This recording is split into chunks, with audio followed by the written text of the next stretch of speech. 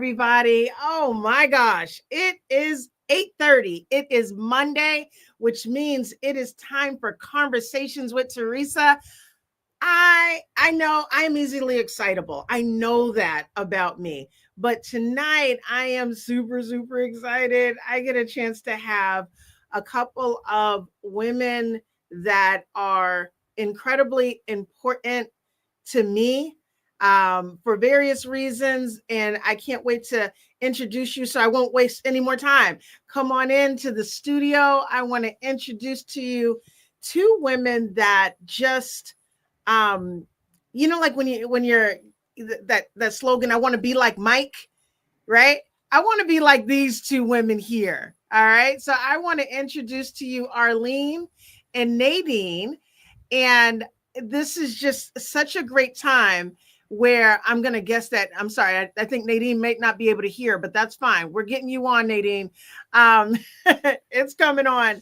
But these two women, I asked them to be on tonight for a very particular reason. We are rounding up our Women's History Month, but we're going to be celebrating women all the time because that's what we do.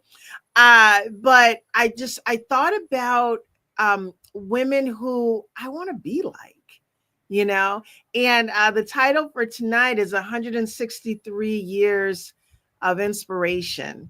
And that is their age combined. I understand, Nadine, we're going to get you on in just a second. But Arlene is 83 years young. Nadine is 80 years young. And we are going to get a chance to hear from them just a few, anecdotal things. But really what I want people to get out of tonight is not to wait to live. These two women live their life in such a way that I want to be like them. And so I want to make sure that you guys get a chance for that too. All right. So what we're going to do is, as Nadine is still working on it, I understand. I hear you, Nadine. I see you. I know. Oh, good. So she's going to come back on. But we'll start off with Arlene.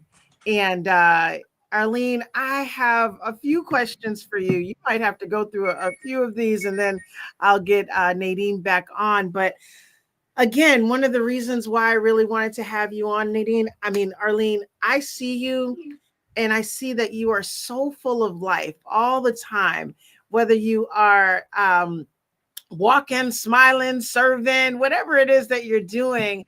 I admire your energy. I admire your just for life, your willingness to drink it all in.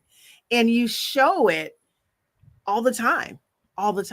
And so I am so grateful to have you as someone who I can look to and I just want to let other people know about you. So I have a few questions for you, but I really want to know about, I don't know, if you could describe like how you are as a person and like maybe some of the anecdotal things that helped you to become who you are right now as a person. I don't know, a little story about yourself. How about that? Okay. Well, first of all, God is number one. He's the one that's made me how I am. Mm-hmm. When I was younger, I didn't have a whole lot of confidence in myself. And at the same time, I was a singer. I sang professionally most of my life. Okay. And the first thing I used to think that people would see me, even before I was on stage, was my fat, because I was very heavy. And then I went on a diet, and I used to sing all over the place, clubs and private parties and everything. And Okay. after I lost weight, I did a show, and after the show, people were saying I was singing better than I ever sang before in my life. And I thought about it, and I realized that I used to think people only saw my fat first. They didn't hear my talent. Oh, And because of that, I was insecure about being up there, even though I was sharing it. right, right. And God has taught me that when I learned to accept myself and who I am, and I'm not perfect, but nobody in this world is perfect. No, And I learned that self confidence in who I am and what I can give, and I can only give what I can give, um, is enough. Uh, and it's helped me through my life, to mm, be with people and love people. And, I'm out dancing salsa all the time, and I'm out with young people all the time. So when I think of myself as 83, I don't think of myself as 83. It's like right, I right. thank God that I am, Oh, still there. wow. That's awesome.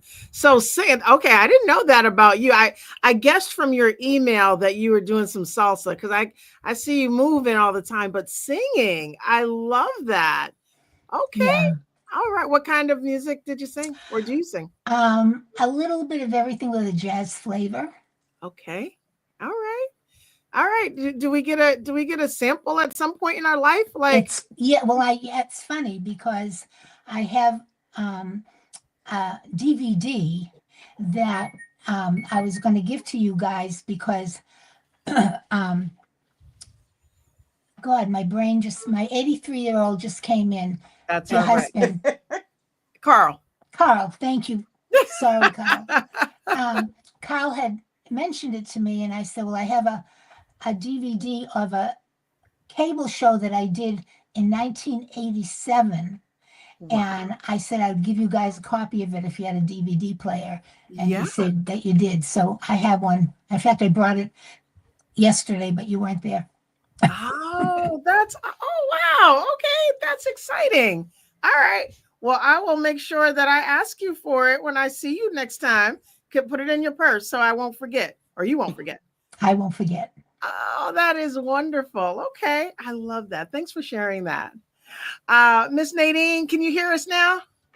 Yes, I missed the whole That's thing. okay. That's okay. So questions, everything. I was just like, "Where's the sound?" No, it is all good. It's all good. I've only asked one question, and Arlene was just talking about who she is. You know, some things about her life that's brought you to where you are right now. How would you describe yourself? Hmm. Good question. All right. Um, I I would describe myself as, at 80, I'm still asking myself that question, what do I want to be when I grow up? Come on now. I love it. I love it. Because it's kind of hard because I've always been sort of like that fun loving, I love to have fun, I love to Yes. dance. Yes. I grew, and I was thinking about all these questions, just a little back when I grew up in the South, which a lot of people probably, I've lived in Boston all my life, but I grew up in the South and moved to Boston when I was very young. And so, it goes back to like the end of the 50s, going into the 60s. So, I grew up with very strict parents. Okay. So I did a lot of sneaky stuff, growing up. Ooh. I'm just being real here, because it wasn't like, the normal, like when you move to Boston, kids have a little bit more freedom, parents a little bit more lenient. Mine was not. Mm, It was we still did the Wednesday night, Friday night, and everybody was going out to have fun. We were going prayer meeting, and it was just like, it does not make you really have that kind of a heart that you think that one would want to have, or should have at that time, because you're a Oh. teenager, you want to have fun, but you can't. Mm-hmm. And we couldn't do anything until after prayer meeting. And then Okay. you're sitting in church, and it goes on forever, because back then, they prayed a long time. They prayed a long time, and so no matter what, we still had to be, whatever time that we had left, we still had to be home by midnight. Okay. So if we got out of church at 10, you got to get where you're going, and then you have to get back home. So Yes. but it was really different back then, because we did have place to go. There was, a family that had a house where the kids went, and so everybody was together, Okay. so it was one of those things. I think that we were always um, surrounded, what you call like a family, like Nice. everybody had their little tribe or whatever it was. Mm-hmm. Um, but growing up in Boston was kind of different from from coming from the South, and it was a little bit hard to get used to. Mm. But with the challenges that it did, that it had, it's still um, it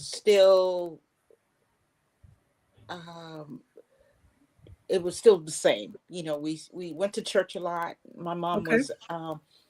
My mom was a minister, and it's Okay. kind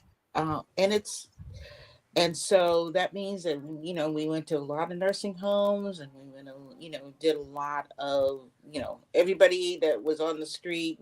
Everybody on the street knew us. Okay. So it's kind of hard to really get into too much trouble, Right. Right. without someone telling on you, or someone knowing who you are. You know, and I can so imagine. I think because of that, growing up, um, with my mom personality, and I guess it would call witnessing, you get to be a little bit more, I won't say trusting, but you're more open to people. And I Okay. think that's one of the things where I love people, and I love people watching, and I still do. To the annoyance of my daughter, she was just like, "Mom, you're kind of nosy," and I was like, "I'm not nosy.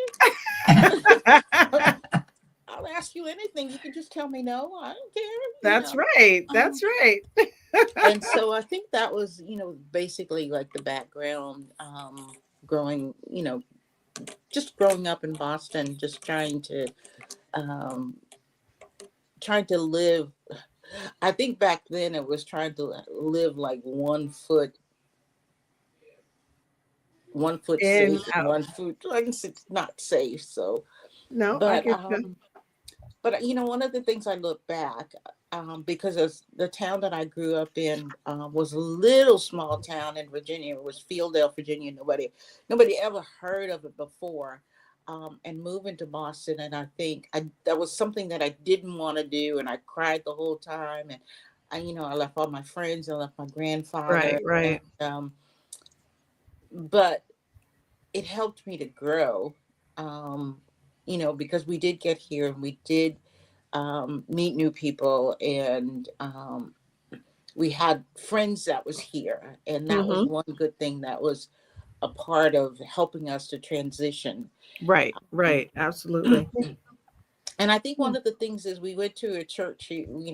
I started off in, it was called People's Baptist Church, and it's still in Boston, Down Tremont Street. down Tremont Street. Yes, I know that one. Yes, that was where we were. And you know um so I was involved, from a teenager, because again, we had to go every Sunday whether we wanted to or not. Well, that's right. And so it sort of helped. We went to youth group, so we were sort of like, I think it was good, and then it wasn't good, because I think it kind of make you think you're more spiritual than you are, because I thought I was fine. Well, I think a lot, and I think that's when I laugh so much when you're trying to reach out to people and they say I'm all set because you've been there, done that, and but you know that you're not all set, and so um, I think just being a part of something from early on that was bigger than me, that right, was right. instilled in me, whether I liked it or not, it it was there, and so it just sort of helped me to evolve into who I am and what I do. And I like people. My daughter sometimes kind of goes, she was like, you really you really keep hope alive, don't you? Well, listen, I will say that I am grateful for People's Baptist. I'm grateful for your mom. I'm grateful for all of that because, like I said, the person that you are, I want to be like you. And I hope that some of my characteristics are so much like you. Very admirable.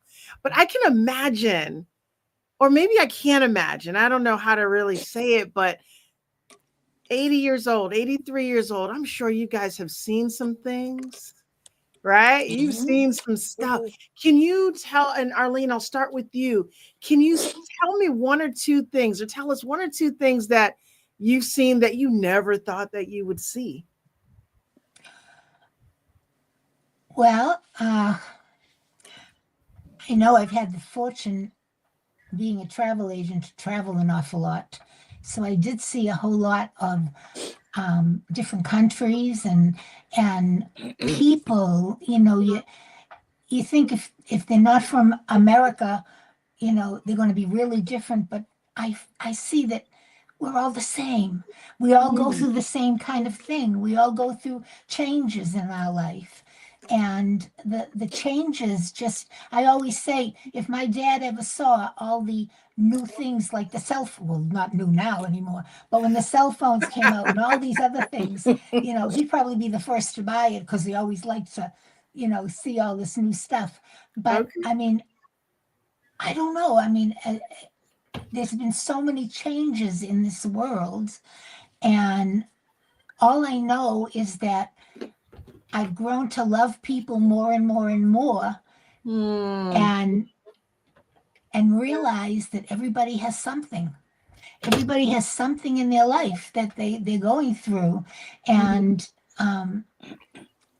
I can't judge. I can't. Um, I'm no better than anybody. I'm Mhm. just as imperfect as all of us. Uh, and as far as seeing things, I see so much more good in people, not the world necessarily, but in people than I Mhm. used to because I look differently. I look differently at people. Um, What do you mean by that? well, rather than uh, judge somebody, I'm listening and I'm Mm. listening to where people are coming from Yep. in their hearts and or their background. I mean, Mhm. I was very lucky. I grew up in a very loving Jewish home with nothing but love, but we were more uh, traditionally Jewish. We went to temple on the holidays, and that was it. Okay. And then when I got to know Jesus and realized that there's so much more to know and so much more to learn, but my Mm. background was nothing but love. I mean, my mother used to say to me, treat your mother in law even better than you treat me because I'll forgive you, but she might not. Oh, wow. It's something that, I mean, tomorrow, Wow. no, March 25th would have been, if my husband was still alive, would have been 65 years of Wow. marriage. So this was 65 years ago that she said that to me. May she rest in peace. And it Wow. always stuck with me. Yeah. Oh, I love that. I love that. Okay. I will have to, no, how can I do that? Say that to my children's, Hmm. yeah, my children's future Potential, you're right. potential. Yes. Potential. I CJ. love it. I love it. Okay. Arlene, how about you? I mean, Nadine, I see you got your names are so similar. I'm looking. Well, I was thinking about this question, and two things that kind of came to mind. And I'll go with the first one first because it goes in order. Um, I think I used to work for an organization in Cambridge called IPPNW, International Physicians for the Prevention of Nuclear War. And Prevention of I nuclear war? yes, Okay. and we we had different conferences, and one of the one happened to be in Australia, and I I was working that conference, but you go out to dinner and you go to different places while you're there. And I was sitting, I just remember sitting on the beach. Because remember I said I mentioned earlier that I came from a little small town in Virginia. Mm-hmm. Little. You could probably call it Wallersville because everybody was there was Ah, practically relatives. And everybody's your cousin. I remember sitting on the beach looking at the moon, and I'm thinking to myself, it could only be God, because for a little poor girl from Fieldale, Virginia, to be sitting on a beach looking at a full moon in Australia, which is probably the same moon that's in Virginia, is just unbelievable. Yeah.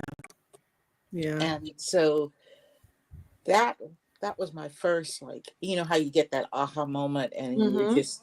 you're just thankful because it was the chances of that, Right. and Right. so it's not like you made it, but and it wasn't of anything that I did myself. It was just like, what are the chances, what is the Right. odds? Right. Oh, I love that. And I think the second thing is coming from that same little small town in Fieldale, Virginia.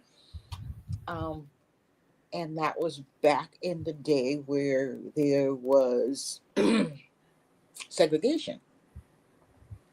And so I can remember not being able to go into the front door, Mm. and having to use the back door because you weren't allowed into the front door. Yeah. And it's really funny because even though it was a little small town in Virginia or whatever it was, I never ever really thought about, even though it was different, you know, you, you saw the black and the white, white fountains and the black fountains and the white fountains, but I never got the sense of real prejudice or whatever it was, Hmm. because the people there, you have one grocery store and everybody goes to the same grocery store. So if you go into, I go into the back and they go into the front, but we're still in the same store, and everybody knew you. Everybody, oh, hey, little Lucille, or everybody knew you. And, in the summertime, they were the people from the white part of Fieldale would come to the vacation Bible school that we had at our church in the black part of and so I think when I think about that, moving to Boston was the first time I think I was hit with the fact that, you know, there's some little differences here and people make it known. Yeah. Um, Wow. but, and so when I guess the first thing that I thought that I would never see was a Black president. Mm. And I was, that was one of those things that, it happened. And I have to admit, I mean, I didn't even, during that, I didn't even watch it. I was just like, I'd heard everybody talk about him, how great he was, and so forth and so on. But it was like, it'll never happen, so I'm not gonna watch it. And then when it Wow. happened, I was just like in awe. So Wow. that was what that was. Those are the two things that I thought. Wow, Wow. yeah. So that was amazing. I mean, because moving to Boston, I was involved with a lot of civil rights kind of movements when I was in high school, and that was one of the things I reflected back today after I talked with you. I was like, oh my gosh, the world's, I don't know if you remember, Arlene, but the New York World's Fair back in way back then. And so, of one of the things that I was allowed to go to, even though my mom probably wished I hadn't afterwards, Well. because I did end up in the clinker. but but I got to see it and I got to experience it. And so, um, those are kind of things that you kind of reflect back on, and you wish that just getting involved in something that, like the kids nowadays, something that's meaningful to you, and, rent control and all those kind of things, Mhm. it was something that I could do, that my parents allowed me to do because it felt like it was going to keep me out of trouble. It, It it was was good trouble, right? it was good trouble. It Yeah, was that good was good trouble. trouble. It was good trouble. But yeah, those are Wow. kind of things that is kind. You kind of look back and kind of like, wow. You can always look back and say you were a part of something bigger Mhm. than Right. than yourself. Mm. That is But huge. yeah, That's huge. so I remember watching, I kept my kids home uh, during the Obama inauguration. And, we got our apple cider and, we're toasting and everything. But it was really important to me. I watched it with my parents. And that was definitely one of the things that mm, they shared too. Like, this is, like oftentimes we're like, oh, this is history. But like, no, this is, whoa, this is some Yes. serious huge. history that's going on Capital here. H, right? And man, I had never been more proud to be like I am so grateful for America, but I was so proud of America at Mm, that time, and so it was definitely just something I will always cherish in my heart.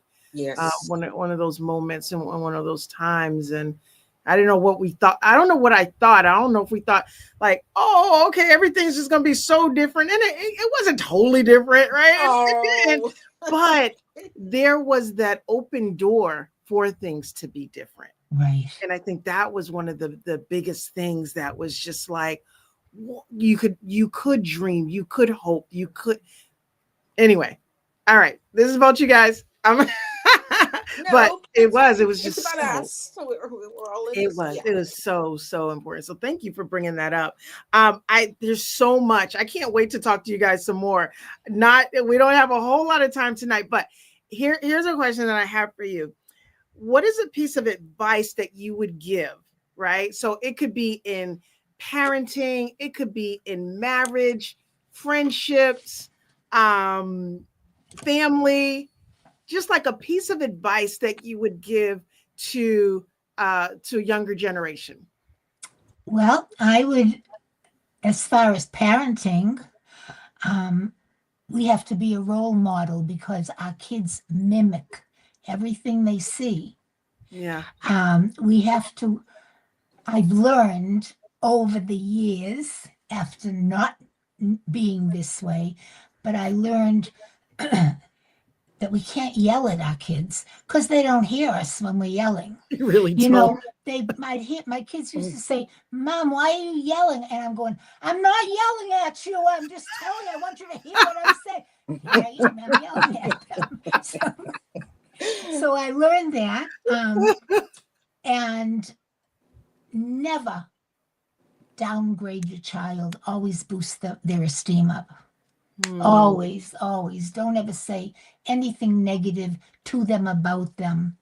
mm. It's how you talk to them is, and because you are their role model. They grew up with you. They go to school, but they come home to you and their dad. Or it's very important to boost their Yeah, esteem yeah, you're absolutely and right. just love them, love them, love them. And uh, that's what I can say about parenting. Yeah, one Okay. of the things that I thought about, because I think it's because of years of being, you know, in the church and being in in the children's ministry, having, back in the day it was like 3 months on, 3 months off. Um, but I think one of the things I noticed, I thought about was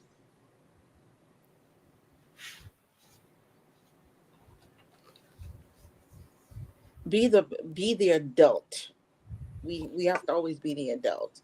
And I Mm-hmm. think a lot of times that I've seen, and I see it in my grandgirls school, is that parents want to be their friend, and I want to be their friend, but make you have to draw the line at where the parenting ends and the friendship begins, and Mm-hmm. you always have to let them know. And my daughter's always saying that, because let me just tell you, we had an 8-year-old that's, when she mentioned you know not yelling, and they don't hear you. They don't hear you if you're not yelling. They don't hear you. They don't hear you if you're yelling. They don't hear if you're not yelling. They don't hear anything. They just don't hear you. Unless, They ain't listening. yeah, because my grandgirl. I mean, when she wasn't even one, I said to my daughter, you need to have her ears checked, because she doesn't acknowledge. She, she she didn't answer, and so but you have to realize that each child is different, and then when you realize that you can't treat them all the same, No, because each one is different. Um, absolutely. but I think one of the things too often is we want to be their friend, and sometimes nowadays you can't tell the difference between the parent and the child, because the Mm, parents want to be just as young as the kid, and I was like, mm-hmm. Yeah. that's not gonna work. No, Because it's not. they're too smart nowadays. They're very smart, even with the age. I mean, they're more technology savvy than we are, Oh, I for Right. think. sure. And Yeah. so they can tell us what to do, but still, I remember one of the sisters was saying, you always have to remember who's the king and who's the queen, and who's the little princess. Princess. Yes. um and so I guess with that was one of the things I'd say on parenting. The other one I wanted to throw in there was in marriage. And it's really, I was thinking about this today, and I really couldn't remember. I think I can remember once when my husband and I really had a serious disagreement, Okay. and it was over some it was over rice. Over rice. Okay. It was over some peas and rice, because I hadn't cooked them right. Um, let's just say I was not the cook in the family at that time. Okay. Okay. I may cook a lot. I may have cooked a lot afterwards, but let me just say I was not the cook. Okay. And so I had really messed up some peas and rice, and Mm, so it was a big disagreement. But whenever it was like learning to communicate, and I think that's what a lot of people don't. That's what hurts a lot of marriages, because of the communication, and right. it's learning to communicate. And I know I would have a conversation with my husband, and I would say, well, this is the way I feel. And one of the things, and you probably get that too sometimes, they're like, I'm sorry, I understand. They don't. And so, and you could tell because they, it was just like, no, you don't, because the answer that you give makes me understand that you don't. But Mm, I would always give that note in the morning, as you're off to work or whatever, or staying home when I'm leaving. Here's a little note, and really write down and express how you're really feeling, and it generates a conversation afterwards. Then he would okay. always come back and go, oh, okay, they understand a little bit better Okay. about what your feelings were, because Right. now it was like you've written it down and you have saying, this is how it made me feel when you did this, Okay. or when you said you were going to do this and you didn't do this, or whatever it is that you're expressing. Just write a note. I don't know. I don't think a lot of people write enough notes, because you can explain things a lot better in Yes. words than you can. I mean, written down than you can when you're in the heat of the moment with each other. Right. So Um, that was just a common practice for you, was to write a note and mm-hmm. give to him, and which is Yeah. pretty amazing in the sense of, like, I think about my mom. My mom would have been, I probably should remember, she was born in 39, so she would have been like 87, 88, Mm-hmm. something like that, right? I don't know, I'm not doing my math right, but I felt like she was in that generation where um the the men were just, I'm just gonna be the man. I don't need to listen to you that much, and not that he was like this brute or anything like that, but Mm-hmm. it was a whole different level of men, women, in the relationship and things like that. So that's awesome that you were able to communicate in that way, because I don't feel like I heard that a lot from that generation, from my mom's generation, where that communication happened. I mean, obviously there were happy marriages and there were not happy marriages, but the communication, you know, didn't seem to be the strong, the glue there. So I'm really happy to hear that that was part of your marriage. That's encouraging, you know. Yeah. Well, So good stuff. Good stuff. All right. It is after time. If I could ask you guys to briefly, in 1 minute, share what it's hard for me to ask this question because it's not like you guys are going anywhere, right? I want to ask kind of like a legacy question, but what do you want people to know about you? Like, if they could take something away, like I said, I want to be like you guys. What would you want them to take away from you, from your life, um, and beyond, from 80 and 83 and beyond? Well, I lived my life to the fullest. I became one of God's children with love that has taught me so much to understand and share with my family and friends. Mm-hmm. Uh, and I loved music. My whole family was musical. I loved to dance. I loved to sing. I loved to sing. I don't anymore because my voice won't let me. But life is good. Life is good, and we need to embrace each other with Mm, love. And that's what I like to share. I love people coming to my house. I love to cook.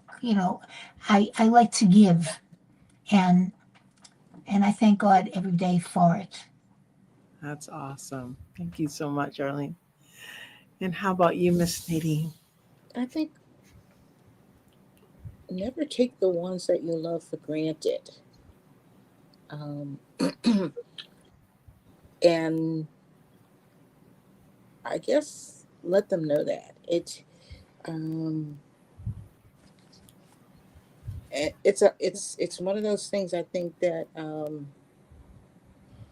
a lot of times I think that we automatically assumed that the people that we care about is going to always be there.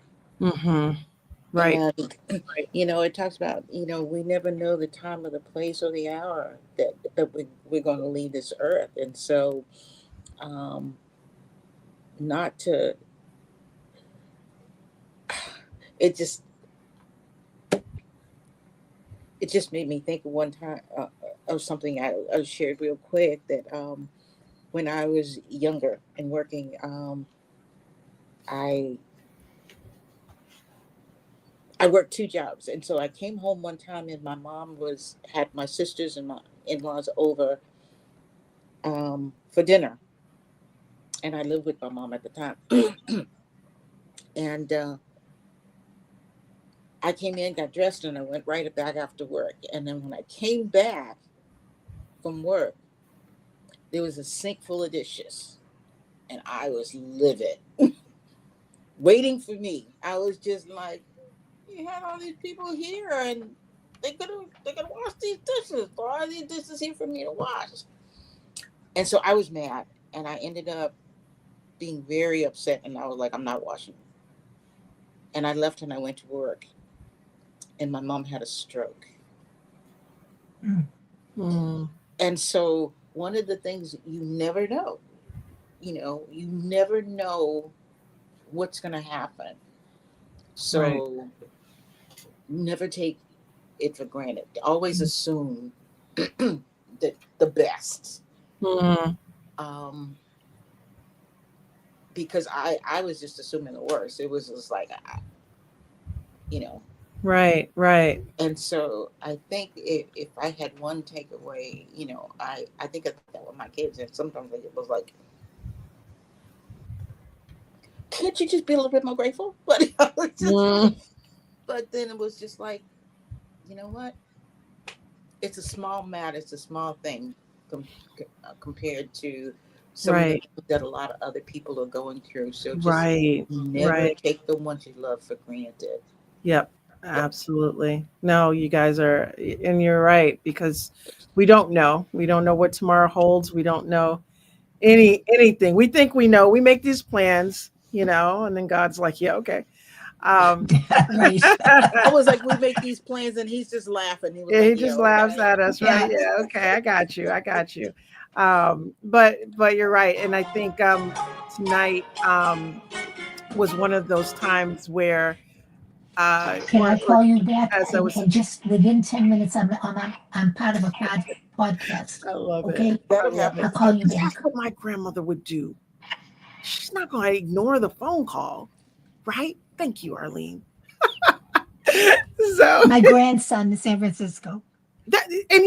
Right? You gotta take that call, right? Because we can't never. While we were on, he texted, "Can we call you?" And I said after 9, but now it's after 9. And it's after 9. So yeah, it is after 9. My bad. I'm so sorry, grandson.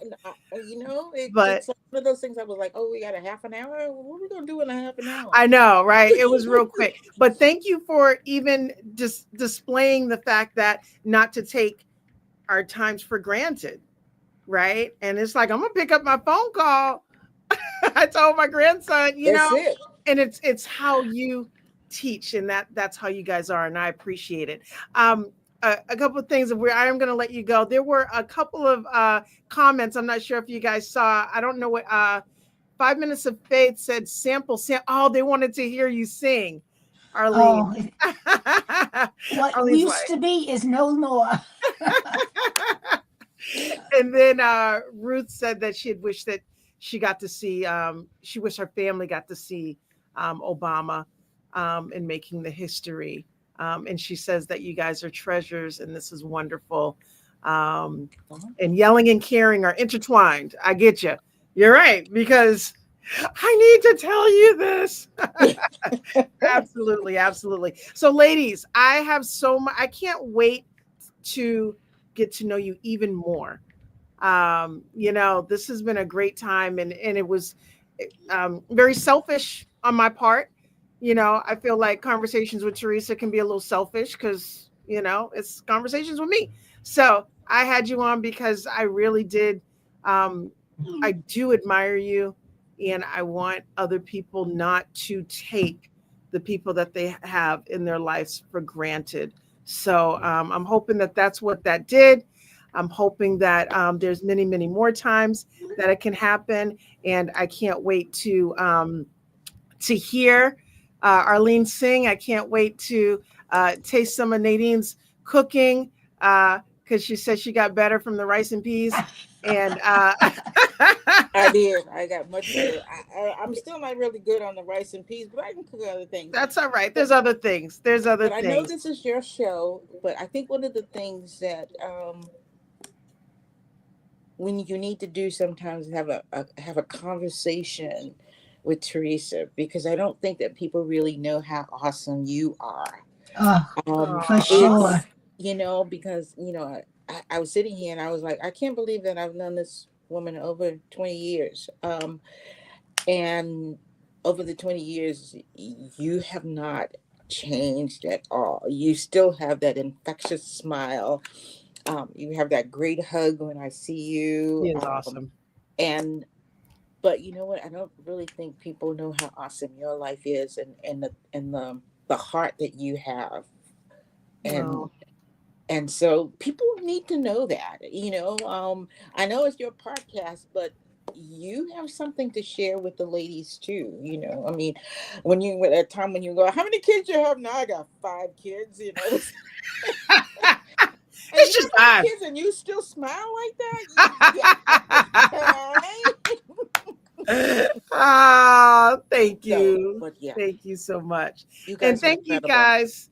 Again, thank you for saying yes.